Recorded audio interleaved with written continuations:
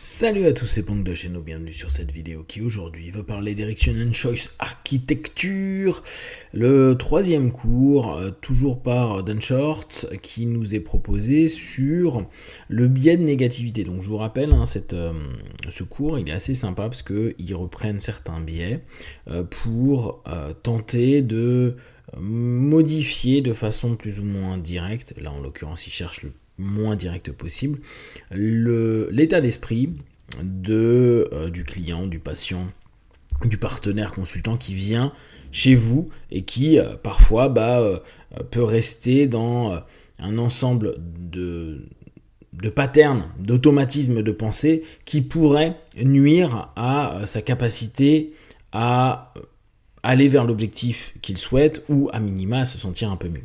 En l'occurrence là, on va voir assez rapidement sur quel thème Dan Short a pris le cours. Ça a été sur ce qu'il appelle le biais de négativité. Et vous allez le voir, je pense que la plupart d'entre vous, plus ou moins consciemment, travaillez déjà un peu comme ça. Mais ça va peut-être vous apporter des petits plus. Donc ça va voir les tactiques spécifiques sur tout ce qui est lié au biais de négativité ou attente forte de l'échec. Donc, il part du postulat que dans les méthodes traditionnelles, on va se heurter aux résistances et exacerber les biais, etc. La plupart des praticiens, si vous avez l'habitude, et que vous avez des personnes qui viennent en cabinet et que vous sentez qu'ils ne sont pas ultra motivés, bien sûr que je suis persuadé que vous avez déjà des stratégies par l'humour, par le fun, par énormément de petites stratégies. Je pense pas que ce soit quelque chose qui vous dérange plus que ça. Bien sûr, il nous faut de la compliance, il nous faut des personnes qui adhèrent, mais il y a 1000 façons de faire adhérer les gens pour leur session et au moins se donner une chance, ne serait-ce que ça, se dire mais donne-toi une chance, teste, amuse-toi, vois, et si tu as ne serait-ce que 2% d'amélioration, 5%, c'est déjà cool et tu verras si tu as envie de continuer ou pas. Bref. Donc le biais de négativité et attendre des échecs, les personnes ayant un biais de négativité traitent l'information négative avec plus de poids et le trouvent plus crédible. Ok. Je rappelle, notre nature fait qu'on voit plus facilement le négatif. Il y a des personnes qui vont être clairement négatives de façon générale dans le quotidien, d'autres moins, c'est des phases, c'est des périodes, etc. D'autres sur certains problèmes, ce qui est logique, tu as des cadres où tu n'arrives pas à voir du positif, ou en tout cas tu ne vois pas de solution, et peut-être que l'ensemble des récits, des patterns, des expériences que tu as pu vivre dans le passé fait que tu conclus que là-dessus, non, négatif, point, ça ne fonctionne pas. Donc, il prévoit l'échec, logique, souvent inconsciemment. Si les personnes sont en biais de négativité la plupart du temps, il le prévoit aussi consciemment.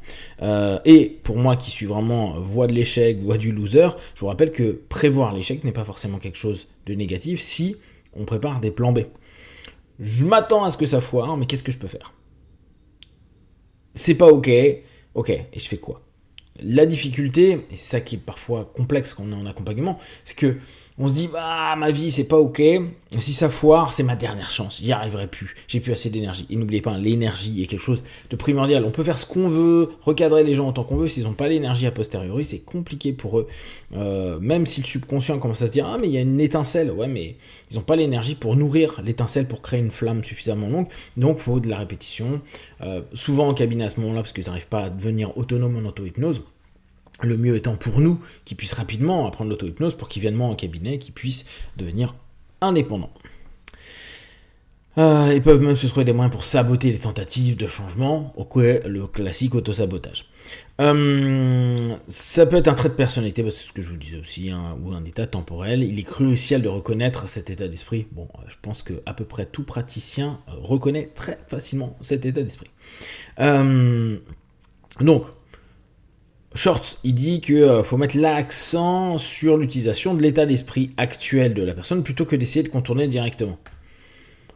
Je pense qu'à peu près tout accompagnant, à moins qu'il joue en provoque, qui dit non, en fait tu vas réussir, et pour voir comment la personne va aller dans l'absurde, dire ouais bon, si tu le dis, non mais je sens que t'as pas envie, je sens que tu... Je sens qu'il y a un intérieur de toi, t'as pas l'air à fond. Et voir, mais non, j'y crois pas. Moi, je viens parce que c'est mon chat, mon chien, ma grand-mère ou mon dragon qui m'a envoyé ici, tu vois. Donc, du coup, on peut. Mais les 3/4 d'entre vous, je suis persuadé que vous avez des stratégies pour pas aller frontalement à dire bah t'es con, t'es complètement débile ou quoi. Bah si t'es ici, c'est que ça a marché. Non. Parler le langage de l'esprit de la personne, super. Bon, on n'est pas dans des grosses nouveautés, hein. Surtout dans le modèle indirect ericksonien, qu'on connaît très très bien au travers de sa traduction PNL, où on sait que trouver la sémantique juste, mirroring pace lead, hein, c'est quand même important. Ignorer ou contredire ce biais en offrant des compliments ou en minimisant les difficultés peut se heurter à la résistance et renforcer l'attente négative. Ça, j'aime bien comme point, parce que faut arrêter de déconner, il y a des choses, ça va être la galère, ça va être la merde. Ouais, il y a de fortes chances que ça ne réussisse pas comme tu veux, et de la façon que tu veux, de la forme que tu veux, de la vitesse que tu veux, c'est vrai. Donc commencer à raconter de non, t'inquiète pas, avec l'hypnose, tout sera parfait, tu vas te rendre compte qu'en moins de 3 séances, ta vie sera changée. Ça peut pour certains, mais globalement, avec notre expérience, on se dit ouais, surtout avec ton état d'esprit actuel là, qui est un peu pourri, ça va être un peu long. Et il faut pas raconter de conneries aux gens. Voilà, limiter. Parce que je vous rappelle que les hypnos sont des experts du mensonge à bienveillant. Vous mentez pour un objectif qui est grandiloquent. Alors, tactique spécialement pour travailler sur les biais. Là, vous allez voir, les tactiques sont ultra simples. Vous les connaissez aussi. Ancrage bas. Ce qu'ils appellent anchoring low, c'est juste encourager à l'engagement vers un objectif très bas. Ok, on l'a déjà vu, hein. Et vous avez vu, c'est assez répétitif dans les différents biais qu'on proposait pour l'instant Dan Short, cette notion de petits objectifs, pas à pas. Donc c'est facilement réalisable, inférieur à ce que la personne se sait capable de faire. Je vous rappelle, moi, ma petite façon de faire, quand quelqu'un a un objectif, je le divise par 2. Et je lui dis, détends-toi mon pote, on prend déjà la moitié. Et si ça marche pas, on reprendra la moitié. On y va petit à petit. Alors là encore, bien sûr, je viens faire de l'hypnose parce que je veux que tu reprogrammes mon subconscient, je veux que ça aille vite, youpi youpla. Peut-être que ça fonctionnera, mais l'expérience me prouve que c'est pas ce qui arrive le plus souvent. Maintenant, il y a plein de gens incroyables, donc t'es peut-être une personne incroyable. L'échec est alors reconfiguré, non pas comme le fait de ne pas atteindre un objectif élevé, mais comme le fait de ne pas faire aussi mal qu'initialement proposé. Recadrage mignon.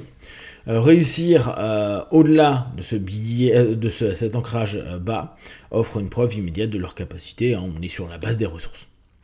Donc un exemple, demander à l'étudiant qui obtient de très mauvaises notes de promettre de ne pas faire plus qu'une note minimale pour réussir le cours, par exemple 65 sur 100, sachant qu'il en est capable. Déplace un menace d'échec traditionnel vers le fait de ne pas respecter la promesse de rester en dessous de 65. C'est hyper classique, on connaît. C'est une manière d'aborder très injonction contradictoire, un peu provoque. Il y a plein de petits éléments dedans qu'on peut reprendre. Deuxième chose, ce qu'ils appellent le Negatively Calibrated Prediction, donc la prédiction négativement calibrée. C'est une prédiction pessimiste qui met l'accent sur les aspects négatifs ou difficiles, mais reste implicitement une marge de succès. Elle peut impliquer de prévoir un progrès décevant ou d'offrir des opportunités d'échecs améliorés. Donc moi, cette idée-là, moi je l'aime beaucoup. Des résultats négatifs qui sont néanmoins meilleurs que la situation actuelle. Et c'est souvent, quand les gars ils disent « Ouais, mais moi je fais que de louper », tu louperas juste une fois de plus, hein. Mais tu vas peut-être apprendre un truc, tu vas peut-être évoluer, tu vas peut-être faire un pas en plus, tu vas peut-être te sentir mieux par rapport à ça. Ok, tu loupes, t'es nul. On continue, mais on va tenter que tu sois nul avec une nouvelle option. Option nul, mais tiens, j'ai appris. Nul, mais tiens, j'ai compris. Nul, mais quand même. Cette approche résonne avec l'attente négative de la personne et lui permet de choisir indirectement le succès potentiel contenu dans la marge. Donc l'exemple, dire à quelqu'un qui lutte avec un objectif qui sera difficile, prendra du temps et que le progrès sera probablement lent et décevant, mais que cela vaut la peine d'essayer car même un petit gain est un gain. C'est classique, ça je pense que vous le connaissez. Et puis il y a plein de gens qui sont complètement ok avec ça.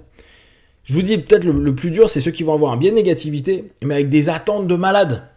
Alors, si en plus ils ont un biais de statu quo et tout, comme on a vu précédemment, la galère, mais qui vont avoir des attentes, genre ouais, biais de changement de ouf, je vais changer tout, ah, là ça devient compliqué. Je suis négatif, mais ici, là, toi, t'es Hellman, oui, bon, le jeu de mots est pas terrible, t'es le patron, quoi, et à ce moment-là, bah ça va, tu vas me permettre de réussir.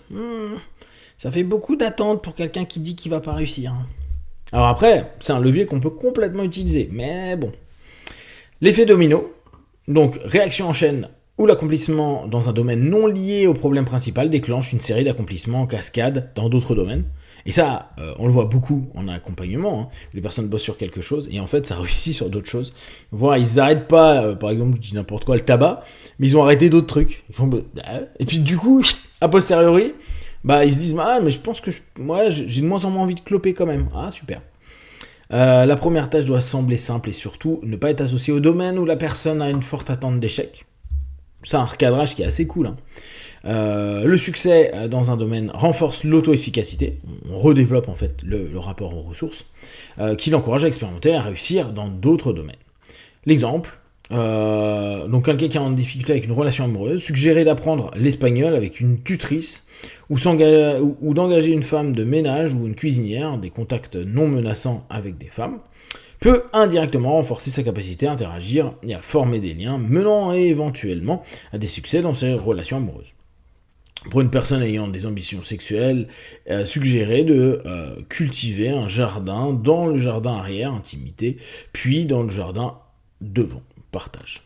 Ouais. C'est des exemples, mais l'idée est intéressante pour dire un petit succès dans un domaine peut, alors métaphoriquement, ou tout simplement, vous reprendre en ressources, non mais t'as réussi là-dessus. C'est ça quand vous faites votre quête de ressources. Ok, qu'est-ce qui a avancé depuis la dernière séance? Ah, pas grand-chose, etc. etc. Ouais, ok, je dis n'importe quoi, et au foot, ça s'est passé comment? Ah bah, on a gagné 2-0 contre machin, cool. Donc, dans quel état tu te sens à ce moment-là quand t'es dans la victoire, t'es dans le succès? Qu'est-ce qui se passe? Qu'est-ce qui fait que tu es différent par rapport à ton boulot, ou par rapport à ta relation amoureuse, ou par rapport à ta relation à tel toc, etc., etc. Et on peut réexploiter, ça on connaît bien, et on peut exploiter justement l'effet domino. Donc, ces tactiques sont perçues comme paradoxales, qui est une logique de la communication ericksonienne, ce que Short aime beaucoup dire, Zeg aussi, il parle plus de communication ericksonienne d'ailleurs que d'hypnose en tant que telle. Par les personnes n'ayant pas le même état d'esprit, mais elles sont logiques et motivantes pour les personnes dans des états négatifs. Les termes précis pour décrire ces tactiques permettent une meilleure compréhension, un jugement plus précis, une application plus nuancée par rapport aux termes généraux comme paradoxe, utilisation, etc. Contrairement à certaines approches qui se concentrent sur les impasses ou les problèmes directs, l'effet domino permet de contourner ces blocages en travaillant sur d'autres domaines.